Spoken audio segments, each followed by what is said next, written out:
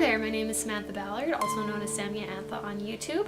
I play the harp and I will be on the upcoming 8-Bit Time Paradox album. The track that I'm going to be playing on the upcoming album is the title theme from Metroid on the NES, and I'm quite excited about it because it's a very different sound from what I usually go for. I'm usually playing, you know, soft, sweet kind of music, but this is a very different, kind of a harsher sound at times, very spacey. It was very, very cool to make this track. So when I set out to make this cover of Metroid title theme, I kind of had both a storytelling concept and a visual concept in my mind when I was going through it.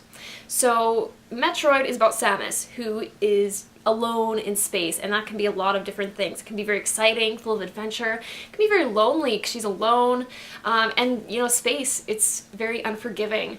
So I wanted to include all of those elements, and they are included in the original track, but I kind of just drew them out a little bit more to kind of explore those themes. So at the beginning of the song, I picture like a big zoomed out picture of space and stars and planets, but from a very, very far distance. And so I kind of added an intro to the song with some like high pitches and kind of drew some motives from within the piece for the intervals, and kind of imagined that to be the twinkling of the stars from far away.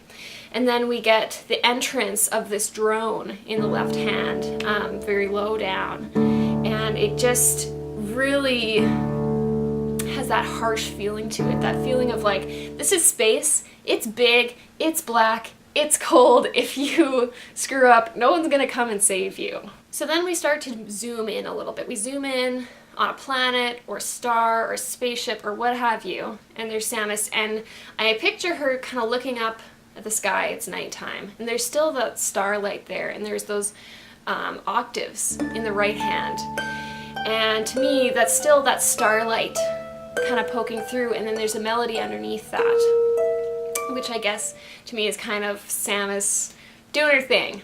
So in the original we just had that section once, but I wanted to do it again, and I took out that starlight feature in the right hand and just had the melody by itself, and to me it just sounded very lonely, not necessarily like sad, a little bit melancholic maybe, and it was just set in like the perfect octave, in the, like just the perfect melody that was just like aloneness, which I loved. So then from there we go straight into adventure and action. We have that section, and then we zoom out again. I imagine the camera panning up to the night sky, and then we zoom out. We zoom out and we have that image of space again. We've got that drone coming back, that harsh sound. It's like, yeah, you're doing all this cool stuff and that's great. Space doesn't care. And then we zoom out again, and then I bring back that kind of like sparkly starlight stuff that I added and kind of mesh the two together, and then it ends on a little sparkly note. So one of the biggest challenges with this piece for me was actually the editing afterwards, because I wanted to add some really wet reverb just to make that echoey, spacey sound. And what I found that when I added it, it really changed the quality of the music from when I played it, when I performed it, to when I actually, you know, had the finished product. And it made the high notes sound a lot harsher than I had originally intended, but I kind of thought about it and I actually like it because, like I've said the word harsh so many times already, I think that it really does actually enhance it by adding that harshness to the sound. The other thing that kind of happened was in the starlight section, where I've got that starlight stuff in the right hand and then a melody in the left hand. When I had originally played it, I kind of played it so that the melody came out a bit more than the starlight stuff in the right hand.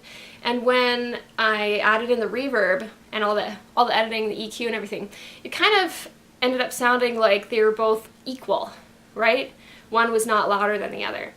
And I kind of thought about it too. I went back to the original, listened to it, and I actually kind of ended up deciding that I liked that too, because in the original, those two aspects are equal, and one is not louder than the other. So I ended up liking it. I am really happy with the way this track turned out, and I really hope that you guys will pick it up and take a listen.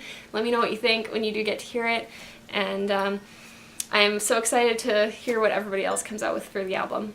Thank you very much.